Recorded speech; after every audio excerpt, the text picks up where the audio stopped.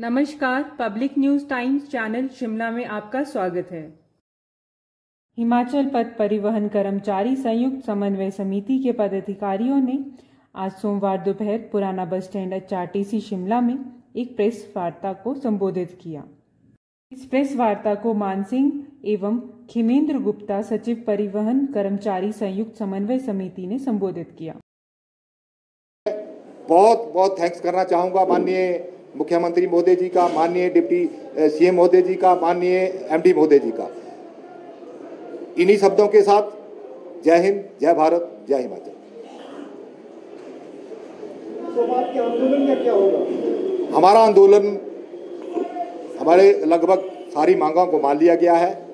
अब हमने आज से हमारी 14 तारीख से गेट मीटिंगें होनी थी, उनको हमने स्थगित किया है। अब हमने अपने धरना प्रदर्शन को भी स्थगित कर दिया है।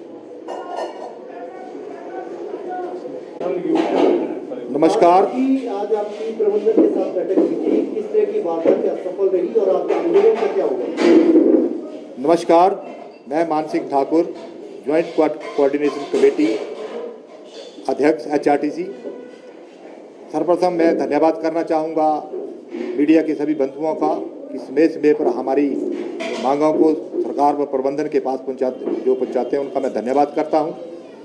मैं आपको बात बता दूं कि हमारा 3 तारीख को हमने एक नोटिस दिया था कि 14 तारीख से हम गेट मीटिंगें करेंगे और 16 तारीख को धरना प्रदर्शन करेंगे। हमारी मुख्य मांगें थी ओवरटाइम नाइट, मेडिकल रिवर्समेंट, एरियर, हमारा एरियर तरह तरह का एरियर जो था वो सरकार के पास पेंडिंग था।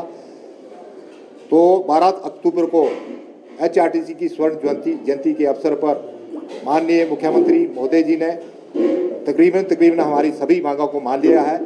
उन्होंने, मैं आपको बात बता दूं कि उन्होंने ओवरटाइम नाइट का 50 करोड़ रुपया देने की बात कही है। जो 47 करोड़ हमारा बचता है वो 3 महीने के अंदर उन्होंने माना है कि उसको भी हम देंगे। 9 करोड़ जो मेडिकल रिवर्समेंट है उसको भी उन्होंने एक मुश्त देने की बात कही है। 4% DA और सैलरी हिमाचल प्रदेश के कर्मचारियों की तरह 28 तारीख को उन्होंने सैलरी और पेंशन देने की भी घोषणा की है। मैं आज आपके चैनल के माध्यम से माननीय मुख्यमंत्री महोदय जी का, माननीय उप मुख्यमंत्री महोदय जी का, वो खास स्पेशल मैं माननीय MD महोदय जी का कोटि कोटि धन्यवाद करता हूँ। माननीय MD महोदय श्री रोनचंद ठाकुर जी ने HRTC के कर्मचारियों की समस्याओं को सरकार के पास बड़े जोर शोर से उठाया। उसी का नतीजा जो आज है, कम से कम 120 करोड़ रुपया जो है HRTC को CM सुखविंदर सिंह सुक्खू जी ने दिया है। उसके बाद मैं ये भी कहना चाहूँगा हिमाचल पथ परिवहन निगम के सभी कर्मचारियों से, चाहे वो मैकेनिक हो, चाहे कंडक्टर हो, चाहे ड्राइवर हो, चाहे वो ऑफिस स्टाफ हो, उनको मैं ये बताना चाहूँगा कि उन्होंने 6 करोड़ की आय में बढ़ोतरी की है। ये पूरे निगम के कर्मचारियों की मेहनत का फल है। मैं उनसे अपील करूंगा कि इस 6 करोड़ की जो इन्होंने इनकम की आय आने वाले दिनों में इस 6 करोड़ की बजाय 12 करोड़ की आय में बढ़ोतरी हो, ताकि आपकी जो JCC है वो आपके मुद्दों को, आपके ड्यूज के बारे में पुरजोर तरीके से सरकार और प्रबंधन के पास आपकी मांगों को रखे।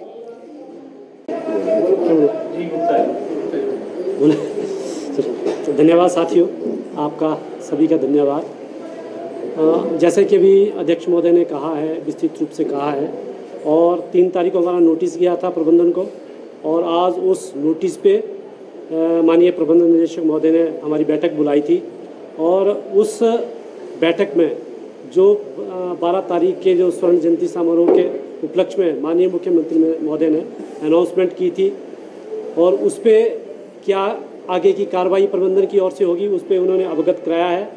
और उससे हट कर भी कुछ मुद्दों पर जो हमारी बातचीत हुई है, जो माननीय मुख्यमंत्री महोदय की जो अनाउंसमेंट्स वहाँ पे हुई है, उस पर प्रबंध निदेशक महोदय ने हमें आश्वस्त किया है कि हम जल्दी ही जितनी भी जो वहाँ पे अनाउंसमेंट हुई है वो सारी प्रपोजल यहाँ से बना करके सरकार के पास भेजेंगे, और सरकार से जैसे ही हमें अनुमति मिलती है तो जल्दी से जल्दी जो कर्मचारियों की जो देनदारियाँ बनती है वो कर्मचारी की देनदारियाँ अदायगी जो कर दी जाएगी। उसके अतिरिक्त हमने उनसे मांग की थी कि HRTC की जो स्टेट की जो ट्रांसपोर्ट पॉलिसी है 2014 की, उसमें जो किसी तरह की जो छेड़छाड़ ना की जाए, उस पर भी उन्होंने कहा है कि इस मामले को हमने डिप्टी CM महोदय के समक्ष भी रखा था और बल्कि MD साहब के समक्ष भी रखा है। तो उन्होंने कहा कि इसको भी हम सरकार के पास भेजेंगे।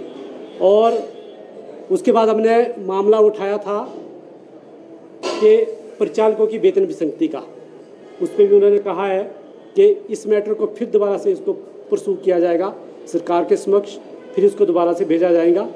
और साथ ही हमने एक बहुत बड़ी मांग जो थी, कर्मशालाओं में हमारे टेक्निकल के जो कर्मचारी है उनकी भारी कमी है, तो हमने कहा था कि आप कर्मशालाओं के अंदर जल्दी ही भर्ती की जानी चाहिए। तो उन्होंने कहा कि हमने पहले ही जो सर्विस कमेटी है, सर्विस कमेटी को 636 पोस्टों का प्रपोजल हमने सर्विस कमेटी को भेजी है। शायद वो वित्त विभाग के पास लंबित है, उसको दोबारा से उसको परसू करने की कोशिश करेंगे और जो भी उसके रिजल्ट आएंगे वो आपको अवगत कराएंगे। साथ ही हमने कहा था कि कर्मचारियों को तो जो 55 महीने का जो नाइट ओवर टाइम जो पेंडिंग था, वो तो एक मुश्त सरकार ने देने की हामी भरी है 2 किश्तों में, परंतु उसके बाद का जो ओवर टाइम कर्मचारियों को लगना है, उसमें जो हर महीने जिस तरह से जो पूर्व में कर्मचारियों को मिलता था हर महीने की 22 तारीख को, तो उसको हर महीने 22 तारीख को देना जो है शुरू किया जाए। और MD साहब ने, हमने भी कहा है कि आपने बहुत मेहनत की है और वर्तमान समय में HRTC की आय बढ़ी है और आप इसमें थोड़ा और इजाफा करेंगे तो आपके जो छोटे छोटे जो ड्यूज़ है वो जल्दी जो है हम उसको क्या ना क्लियर करते चले जाएंगे। और अगली बात जो हमने की थी कि सब इंस्पेक्टरों की पोस्टें बहुत समय से खाली है, तो उन्होंने कहा कि सब इंस्पेक्टरों की जो DPC जल्दी हो जाएगी, लगभग 1 सप्ताह के अंदर 60-65 पोस्टें उसमें भरी जानी है लगभग। तो ये मुख्य बातें जो हुई है। और एक पीस मिल के जो हमारे कर्मचारी साथी है, जो उनको रेगुलर होना है, लगभग कोई उनको क्या कॉन्ट्रैक्ट पे आना है, तो लगभग कोई 150 के आसपास के कर्मचारी है। तो उन्होंने कहा कि जल्दी ही वो भी जो है कॉन्ट्रैक्ट पे आएंगे और उसके बाद उनका जो रेगुलराइजेशन का जो प्रोसेस होता वो भी उनका जो है कंप्लीट क्या ना हो जाएगा। और धन्यवाद। वीडियो अच्छा लगा हो तो पब्लिक न्यूज़ टाइम्स चैनल को सभी मीडिया प्लेटफॉर्म्स पर लाइक, शेयर और सब्सक्राइब करें।